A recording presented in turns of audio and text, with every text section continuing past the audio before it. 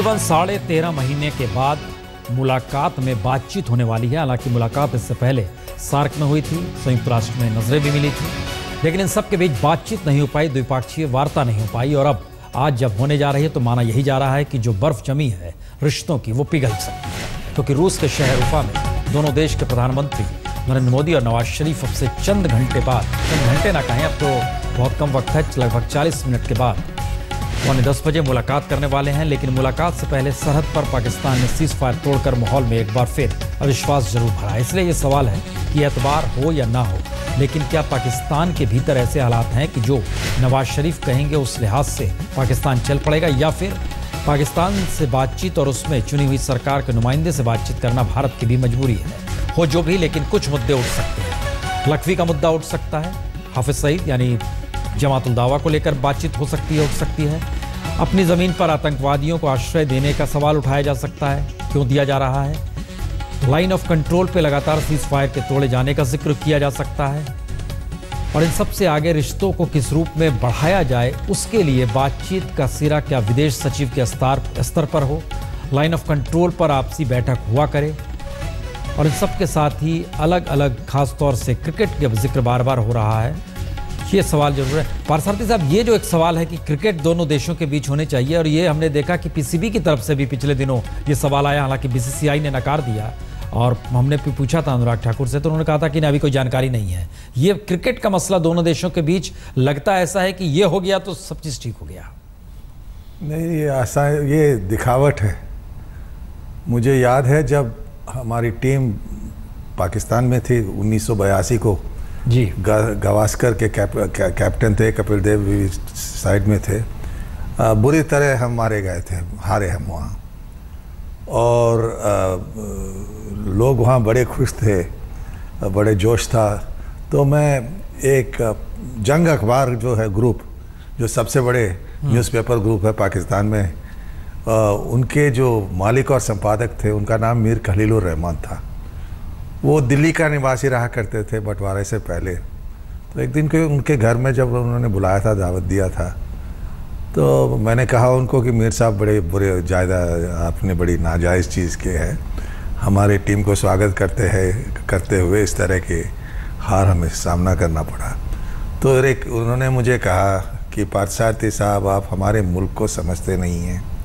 हमारी सबसे बड़ी खामी ये है कि हम जंग के मैदान को एक खेल का मैदान समझते हैं, और एक खेल का मैदान को हम जंग का मैदान बना देते हैं। तो मैं सोचता हूँ कि क्रिकेट एक ऐसी खेल है जिस पर जो भावनाएं सामने आती हैं वो सिर्फ दोस्ताना नहीं होती हैं। तो खेलना ना खेलना है तो दूसरी बात। दोस्ताना रवैया लाइन ऑफ कंट्रोल पर भी नहीं है, और कल रात नजर आया। इसलिए एक बड़ा सवाल ये है कि कल रात फायरिंग हुई है और आज सुबह जब मुलाकात हो रही है, तो चुनौतियां वैसी कौन सी रही होंगी जो आएंगी सामने निकल कर प्रधानमंत्री मोदी के सामने भी, जब वो नवाज शरीफ से बात करेंगे। जरा ये सुनिए। ये कैसी विडंबना है कि सारी तलखी भूलकर जब प्रधानमंत्री नरेंद्र मोदी रूस के शहर उफा में पाकिस्तान के पीएम नवाज शरीफ के साथ मुलाकात की तैयारी कर रहे थे, हजारों मील दूर जम्मू कश्मीर के बारामूला के पास सरहद पर पाकिस्तानी जवान बीएसएफ के फॉरवर्ड पोस्ट पर गोलियां बरसा रहे थे।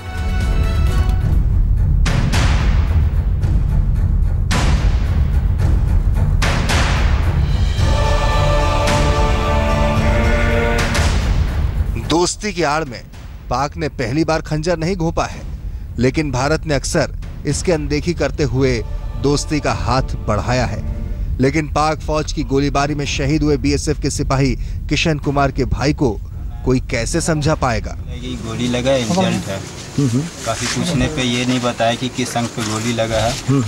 उसके करीब पौने घंटे के बाद फोन आया कि शहीद हो गया।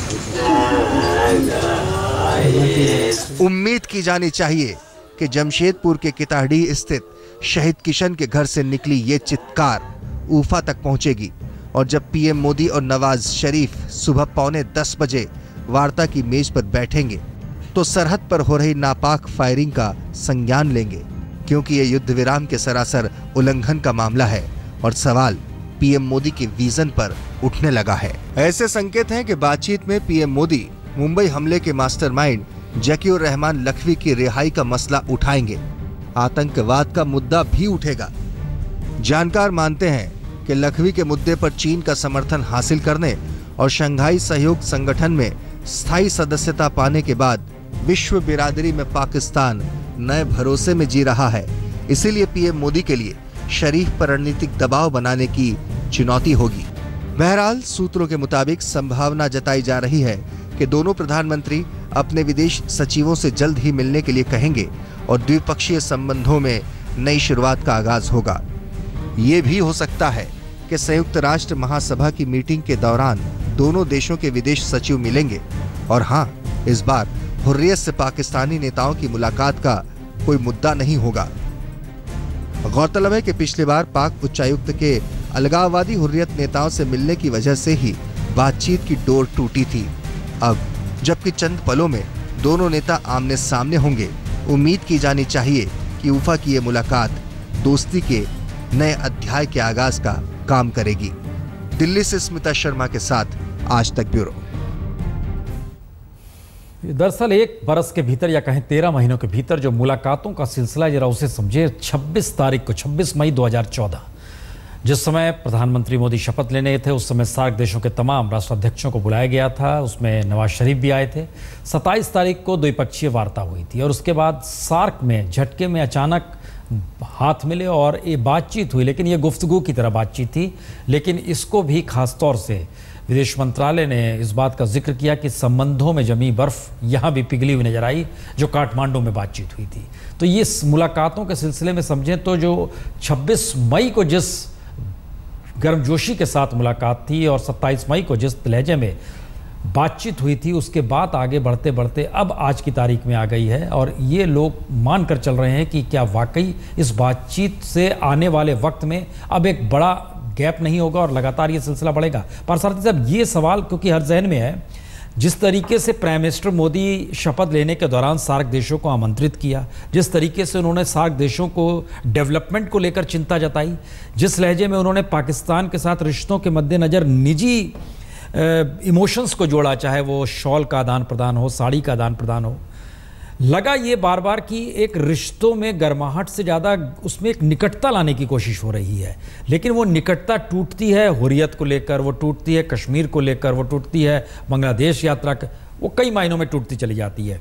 और इस हद तक आती है कि पाकिस्तान के भीतर से आवाज़ आने लगते हैं और लगातार वहाँ के एम्बियंस जो हम सुन पा रहे हैं, लगातार वहाँ के न्यूज़ चैनलों में जो बहस हो रही है, क्यों बातचीत हो रही है, भारत अगर इस लहजे में आता है तो क्यों बातचीत की जा रही है, सिवाय इसके कि पड़ोसी हैं, ये मैसेज भी आ रहा है वहाँ से। तो इसके मतलब क्या निकाले जाएं कि विज़न कहीं नहीं आ पा रहा है, जिसका जिक्र भी हो रहा है, रिश्ते किस दिशा में ले जाने हैं, या एक उहापोह की स्थिति है, क्या किया जाए? देखिए, पाकिस्तान के अंदर अनिश्चितता है। फौज कुछ करना चाहती है और करती है, नवाज शरीफ और कुछ चाहते हैं, कर नहीं पाते हैं। ये उनके अंदरूनी मामले को, उनके अंदरूनी ढांचा को हमें समझना चाहिए। और एक और बात हमें याद रखना चाहिए कि पाकिस्तान के, एक छोटा सा कमेंट यहाँ पे हम जरूर चाहेंगे। बातचीत आधे घंटे बाद होने वाली है। आधे घंटे पहले देश ने देख लिया एक जवान मर गया, शहीद हो गया, क्योंकि पाकिस्तान की तरफ से गोलियां चली, सीज फायर का उल्लंघन हुआ। लोगों के जहन में सवाल होगा, प्राइम मिनिस्टर क्या कहेंगे? नहीं, मैं समझता हूं कि हमें ये समझना चाहिए कि होगा क्या। ज़रूर हम हमारी चिंताएं व्यक्त करेंगे आतंकवाद के बारे में, जिस तरह से फायरिंग हो रही है, जिस तरह से अफ़गानिस्तान में हमारे लिए ख़तरा पैदा कर रखे हैं लोगों ने, ये सब ज़रूर उठाएंगे मोदी साहब, ये अनिवार्य है। उनकी तरफ से क्या उठाएंगे? उनकी तरफ से कहेंगे कि आप बलूचिस्तान में हस्तक्षेप कर रहे हैं और आप अफ़गानिस्तान सीमा के ज़रिए तहरीक तालिबान को मदद करें। तो इससे निकलेगा क्या? आरोप प्रत्यारोप तो होंगे ही, ये स्वाभाविक है। लेकिन इससे अगर तय करें कि हम आगे जाएं, क्या प्राथमिकता क्या है, कि जैसे कि आज ये जवान बेचारा मारा गया, इस तरह की घटनाएं ना हो। न घटनाएं रोकने के लिए हो क्या सकता है, बॉर्डर सिक्योरिटी फोर्स के चीफ मिल सकते हैं उनके रेंजर्स के साथ, लेकिन मैं समझता हूँ वो काफ़ी नहीं होगा, क्योंकि यहाँ हालांकि भारत में बॉर्डर सिक्योरिटी फोर्स गृह मंत्रालय के नीचे है, वहाँ उनके रेंजर्स हैं फ़ौज के साथ काम करते हैं, वो ऑर्डर्स लेते हैं फ़ौज से। तो मैं समझता हूँ कि अगर DGMOs के बीच कुछ संपर्क रहे और बातचीत हो कि तनाव ना बढ़े, नियंत्रण रेखा पर घुसपैठ ना हो और अंतर्राष्ट्रीय सीमा। आपको लग रहा है ब्लूप्रिंट लेकर बातचीत होगी? ब्लूप्रिंट नहीं, मैं नहीं समझता हूँ ले गए हैं, लेकिन और दूसरी बात ये कम से कम ये तय होगा कि कुछ देर बाद पूर्व निर्धारित समय पर और स्थान पर विदेश सचिवों के साथ बातचीत हो सकती है। उससे ज़्यादा उम्मीद मैं नहीं करता। और अगर उन्होंने ज़्यादा हाइप करके और कुछ दिखाने की कोशिश की, मैं नहीं समझता हूँ कि वर्तमान माहौल में वो असफल हो सकता है। अब से तकरीबन आधे घंटे के भीतर ही मुलाकात होनी है, हर किसी को इंतजार है मुलाकात में क्या बात होती है। लेकिन कल रात जब खुद नवाज शरीफ वहां पर पहुंचे तो उनसे जब पत्रकारों ने पूछा तो उन्होंने खुद क्या कहा, पहले ये सुनिए आप। Let us first talk, and then I will talk with you. Do you think it's a major step forward in India-Pakistan relations? I'll let you know when we talk again. हम चर्चा करेंगे, हमारे साथ दो खास मेहमान भी इस बीच में जुड़ जाएंगे और मेजर जनरल आर.के. मल्होत्रा साहब और सिकंदर तहल साहब, फॉर्मर सेक्रेटरी MEA के, वो भी हमारे साथ जुड़ जाएंगे। हम तकरीबन 15 मिनट के बाद मुलाकात होगी, आधे घंटे का वक्त निर्धारित है और ये बार बार माना जा रहा है कि एक तरफ बातचीत का जिक्र जब जब होता है तब दूसरी तरफ लाइन ऑफ कंट्रोल पर हरकत होती ही है। यह सवाल भी माना जा रहा है कि पाकिस्तान के भीतर पावर सेंटर एक नहीं है, चुनी हुई सरकार नहीं है, सेना भी है। यह भी माना जा रहा है कि आखिर अंतर्राष्ट्रीय दबाव के तहत ही ये बातचीत की जा रही है और इस बातचीत से निकलेगा क्या, इसको लेकर कोई बहुत ज़्यादा उम्मीद और आस जगाई भी जा रही है।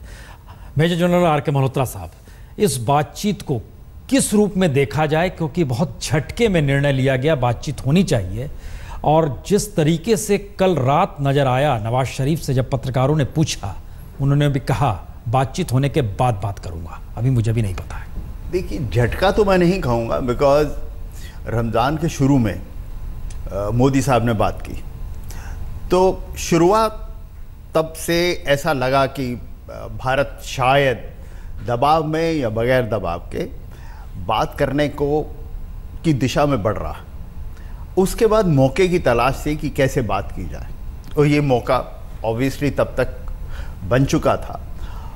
बात से निकलेगा क्या, मैं आपसे सहमत हूँ कि मैं भी कोई ज़्यादा उम्मीद नहीं करता, बिकॉज नवाज शरीफ कौन, कई दफ़े मेरे जहन में ये सवाल आता कि नवाज शरीफ कौन है पाकिस्तान में, क्या उनकी ताकत वैसी है जैसे एक प्रधानमंत्री की ताकत होनी चाहिए। बिकॉज ये एक वो शख्स है जो ये कहता है कि मुझे पता ही नहीं था कि हमारा देश एक दूसरे देश पे हमला करने वाला और मैं अचंभे में हूँ एज ए प्रधानमंत्री, जब मैं वापस आता हूँ तो तख्ता पलट जाता। तो उस किस्म के आदमी पे ज़्यादा भरोसा करना स्ट्रक्चरली भारत और पाकिस्तान रिश्तों में एक बड़ी प्रॉब्लम है। प्रॉब्लम ये है कि पाकिस्तान में पावर सेंटर आर्मी है और पाकिस्तान आर्मी और इंडियन आर्मी एक एडवर्सेरियल रिलेशनशिप में है, आपस में बात क्या बिल्कुल ईंट कुत्ते का बैर है। तो जब एक पावर सेंटर दूसरे पावर सेंटर से मिल ही नहीं सकता तो आपके पास सिर्फ राजनीति और डिप्लोमेसी हम इसलिए ये सवाल कर रहे थे क्योंकि अभी 10 मिनट पहले सेना प्रमुख पहुंचे थे श्रद्धांजलि देने के लिए BSF के उस जवान की जिसकी कल मौत हो गई रात में। अब उसी जगह पे हमको 10 मिनट के बाद दिखलाना है बातचीत हो रही है। ये मैसेज जाहिर है MEA के जरिए होगा, प्राइम मिनिस्टर के पास भी पहुंचेगा। भारत के कंसर्न क्या होंगे?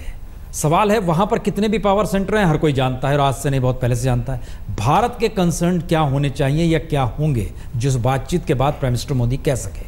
देखिए, जब तक जड़ नहीं ठीक होती तो आप ऊपर से जो मर्जी ट्रिमिंग करें उससे फायदा नहीं है। ये ट्रिमिंग हो रही है, ये ट्रिमिंग हो रही है। इसके अलावा कुछ भी नहीं आपको लगता है? बिल्कुल नहीं हो सकता, बिकॉज जड़ तो कहीं और फंसी हुई है। साहब, क्या डिप्लोमेसी में ये माना जाए कि प्राइम मिनिस्टर या पॉलिटिकल डिसीजंस इतने मायने रखते हैं कि जो एक MEA अपना वर्क कर रहा होता है, इंटरनली जो भी डिप्लोमेसी में काम कर रहे होते हैं, क्या ये वाकई सारी चीज़ ट्रिमिंग की दिशा में होती है या पाकिस्तान के साथ हो चुकी है? मैं समझता हूँ पाकिस्तान के साथ हमें अपने संबंधों को 2-3 अलग अलग स्तरों पर देखना चाहिए। एक तो बिल्कुल शॉर्ट टर्म टैक्टिकल, कि अगर कल गोली चली बॉर्डर पे तो हमें ईंट का जवाब पत्थर से देना चाहिए, उधर से इन्फिल्ट्रेटर्स आते हैं उनको मारना चाहिए मर्सीलेसली। दूसरा है मीडियम टर्म स्ट्रेटजिक, कि हमारा जो आर्मी की सुपीरियरिटी है पाकिस्तानी आर्मी के ऊपर और जितने भी उनके और भी असले हैं वो लॉन्ग टर्म में मेंटेन रहे और बढ़े, और अगर उसको दुनिया से सपोर्ट मिल रही है चाइना से इधर उधर से, उसको हम काटें, कम करें और उसको उजागर करें कि किस तरह से वो टेररिज्म का गढ़ है। नहीं, आप ये कह रहे हैं कि हर इंस्टीट्यूशन को अपने लिहाज से वर्क करना चाहिए। एक बात मैं पूरी कर, सेना अपने तरीके से काम करे, MEA अपने तरीके से काम करे। एक मैं कहूँगा कि प्रधानमंत्री लेवल पे एक पॉलिटिकल लॉन्ग टर्म स्ट्रेटजी होनी चाहिए। प्रधानमंत्री ने जब से उन्होंने इनॉग्रल पर बुलाया था, कहने की कोशिश की है कि विकास का मुद्दा है, साउथ एशिया के सामने विकास का मुद्दा है, इतनी गुर्बत है, इतनी हर जगह जनसंख्या बढ़ रही है, इतनी पॉवर्टी है, तो अगर वो नवाज शरीफ को फिर ये कहने की कोशिश करें कि भाई अपने देश में तुम किसी तरह विकास शुरू करो और उसमें भारत तुम्हारे साथ है। और देखिए बिजली का इतना अच्छा उदाहरण है कि 500 मेगावाट बिजली जब से हमने बांग्लादेश को बेचनी शुरू की है, बांग्लादेश के बांग्लादेशियों का सोच बदल गया है भारत के प्रति। और अब इस समय शेख हसीना को काफ़ी सपोर्ट है बांग्लादेशियों से कि हिंदुस्तान की तरफ दोस्ती का हाथ बढ़ाया जाए।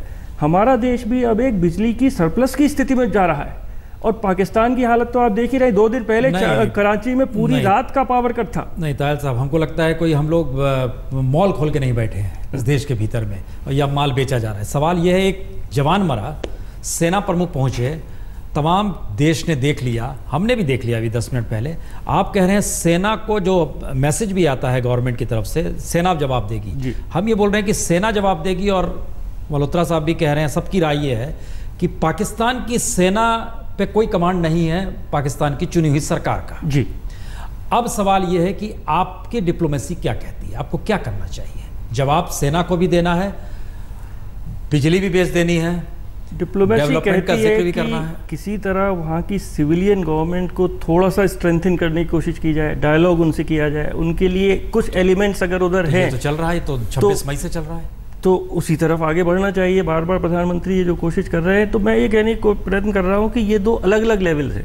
आर्मी को अपना काम करना चाहिए और डिप्लोमेट्स को और प्रधानमंत्री को अपना काम करना चाहिए। पारसारथी साहब, ये जिक्र जो हुआ, आप कल से एक बात का जिक्र कर रहे हैं कि एक गोल्डन पीरियड भी इस दौर में आया था 2004 से 2007 के बीच में। वो कौन सी परिस्थिति थी? वो भारत की तरफ की परिस्थिति थी या पाकिस्तान की तरफ परिस्थिति थी जहां सेना शेरवानी पहन के आई थी? क्या परिस्थिति? ये हुआ ऑपरेशन पराक्रम के बाद, जब हमारे संसद पर हमला हुआ, उसके बाद मुशर्रफ की मजबूरी ये थी, क्योंकि वो सिर्फ सेनाध्यक्ष नहीं थे, वो राष्ट्रपति भी थे, यानी कि जिम्मेवारी भी थी उनकी। अब तो सेनाध्यक्ष की जिम्मेवारी क्या है? उनके पास शक्ति है तख्ता पलट करने के लिए और अपने बल प्रयोग के लिए। तो 2003 पर 2 मुख्य चीज़ हुए। सबसे पहले उस समय, जब मुझे याद है, जो फायरिंग हुआ करती थी नियंत्रण रेखा के पार, अगर आप देखें तो नीलम नदी जो है उसके पार हमने ऐसे शेलिंग की थी कि वो एक कोई उंगली नहीं उठा सकता था वहाँ। तो उसके बाद उन्होंने कहा कि सीज फायर आए। सीज फायर नवंबर में उन्होंने घोषणा की, हमने स्वीकार किया। उस सीज फायर का उन्होंने पालन किया, और अगर सीज फायर का पालन करते हैं तो घुसपैठ करना मुश्किल हो जाता है, रुक जाता है, कम होता है। दूसरी बात, 2004 को मुशर्रफ साहब ने आश्वासन दी कि जो भी पाकिस्तान की ऐसी धरती हो जिस पर पाकिस्तान के नियंत्रण हो, यानी कि पाकिस्तान अधिकृत कश्मीर समेत, वहाँ से भारत के खिलाफ आतंकवाद नहीं होगा। 2004 और 2007 से देखें तो कोई महत्वपूर्ण आतंकवादी घटना नहीं हुआ। जहाँ तक मुझे जानकारी है, हाफिज़ मोहम्मद सईद को कहा गया कि ज़रा चुप बैठे रहो फिलहाल, और उन पर भी रुकावट लगाई। इसका मैसेज है कि भारत में सरकारों के ऊपर ये नहीं है कि पाकिस्तान से संबंध कैसे अच्छे हों, ये पाकिस्तान के ऊपर ही है। भारत ये कर सकता है कि प्रोत्साहन स्ट्रेंथन करने की बात कर रहे हैं। मैं इनसे सहमत हूँ। तो कैसे आप स्ट्रेंथन कैसे करेंगे? स्ट्रेंथन ऐसे दो चीजें हैं। एक, ये कहना कि संपर्क के दरवाजे हमारे खुले हैं, बातचीत की प्रक्रिया नहीं बट संपर्क के दरवाजे खुले हैं, चाहे वो फौजों के बीच हो, डीजीएमओस के, चाहे वो गुप्तचर सेवाओं के बीच हो, चाहे वो विदेश सचिवों के बीच हो, तनाव कम करने के लिए। दूसरी बात, जैसे कि इन्होंने कहा, स्पष्ट संदेश हमसे, आर्थिक सहयोग के लिए हमारे दरवाज़ा खुले हैं, चाहे ऊर्जा की बात हो, चाहे वो पेट्रोलियम ईंधन के बात हो जो हम पंजाब के रिफाइनरी से भेज सकते हैं। ये हमारे पेशकश अगर करें, आपको याद रखना चाहिए कि जब द्विपक्षीय बात के रिश्तों की बात करते हैं और हम इस तरह के संदेश भेजते हैं, वो सिर्फ पाकिस्तान के लिए नहीं है, वो सारे अंतर्राष्ट्रीय समुदाय के लिए है, पाकिस्तान जनता के और पाकिस्तान के जनता के लिए है। तो इस तरह के माहौल जो उन्होंने किया है, आप ठीक कह रहे हैं। हम इसको समझ रहे हैं कि अगर पाकिस्तान भारत पर डेवलपमेंट को लेकर निर्भर ही हो जाए तो जाहिर है, जैसे बांग्लादेश का जिक्र आपने किया, क्या ये मैसेज संभव है? बिल्कुल संभव नहीं, बिकॉज फंडामेंटली पाकिस्तान भारत को अपना दुश्मन समझता है फंडामेंटल लेवल। और पार्थसारथी साहब जो बात कर रहे थे, जब हमें हम इसमें एक चीज और जुड़वा देना चाहेंगे, क्योंकि ये जिक्र में चाइना का जिक्र भी जोड़ दीजिएगा। चाइना अगर भारत को इंगेज पाकिस्तान के साथ ही रखना चाहता है तो फिर मतलब इसके क्या होंगे, इसमें जोड़िएगा इसे। देखिए, मैं यही बता रहा हूँ कि पाकिस्तान की कुछ मजबूरियां हैं जिसकी वजह से वो हिंदुस्तान से सुलह या तनाव बढ़ाता। अफगानिस्तान एक मजबूरी है। जब तक पाकिस्तान की फौज अफगानिस्तान में टोटली इन्वॉल्व थी, तब तक उनको भारत से दोस्ती चाहिए थी। इसलिए मुशर्रफ साहब ले लें, कोई भी, वो तैयार था जिस किस्म से बातचीत करने। इकॉनमी के हिसाब से जब हम बात करते हैं वाणिज्य के बारे में या इकॉनमी के बारे में, पाकिस्तान कहता है कि मैं चाइना से बात करूंगा, आपसे बात नहीं करूंगा। और वो चाइना को मौका है कि अगर उन्होंने वार्म वाटर सीज पे पहुंचना है और समुद्र के हिसाब से अपने उस पोर्शन को जोड़ना है जो चाइना से अलग होना चाहता है, तो ग्वादार और हाईवे ज़रूरी है। और उस हाईवे को तभी काम कर सकते हैं अगर अफगानिस्तान और उस इलाके में शांति हो। तो चाइना भी चाहेगा कि उसको शांत रखें। पाकिस्तान ये कहता है उसको शांत रख सकते हैं, हमें हिंदुस्तान की ज़रूरत नहीं। लेकिन अमेरिका समझता है कि पूरी जब तक शांति नहीं होगी, स्टेबल नहीं होगी, तो पॉसिबिलिटी नहीं है कि कुछ हिस्सा आप शांत रख सकें, कुछ हिस्सा ना रखें। तो इस वजह से पाकिस्तान पे दबाव। अमेरिका चाहता है कि ये इलाका शांत हो जाए, ऑब्वियसली चाहता, बिकॉज तालिबान और अफगानिस्तान के बीच बातचीत में भारत की नुमाइंदगी वहां क्यों नहीं हो रही है? पाकिस्तान में जो बातचीत चल रही है, शुरू से ही अमेरिका इंडिया का कोई रोल ही नहीं समझता उधर। शुरू से अमेरिका ने कभी भी ये नहीं सोचा कि अफगानिस्तान पीस में इंडिया का रोल है। तो अफगानिस्तान में तो लेकिन मेरे ख्याल से बहुत भागीदारी है भारत की। है, बिल्कुल है, बिकॉज अफगानिस्तान अब नहीं, सेंचुरीज से अफगानिस्तान और हिंदुस्तान का एक रिश्ता है, कल्चरल, ट्रेड, हर एक चीज़ का रिश्ता है। लेकिन अमेरिका इन चीज़ों को नहीं देखता। अमेरिका सिर्फ अमेरिका के नज़रिए से देखता है। वो ये कहता है कि मैं पुल आउट कर रहा हूँ, उधर पीस होना चाहिए ताकि मिडिल ईस्ट और बाकी कंट्रीज़ के अंदर, ईरान वगैरह से मैं बात कर सकूँ। अगर वो इधर फंस जाए तो बाकी जगह नहीं कर सकता। फंडामेंटली उन्होंने कहा कि स्ट्रैटेजिक बैलेंस चेंज हो रहा है और एशिया सेंट्रिक सेंचुरी आ रही है।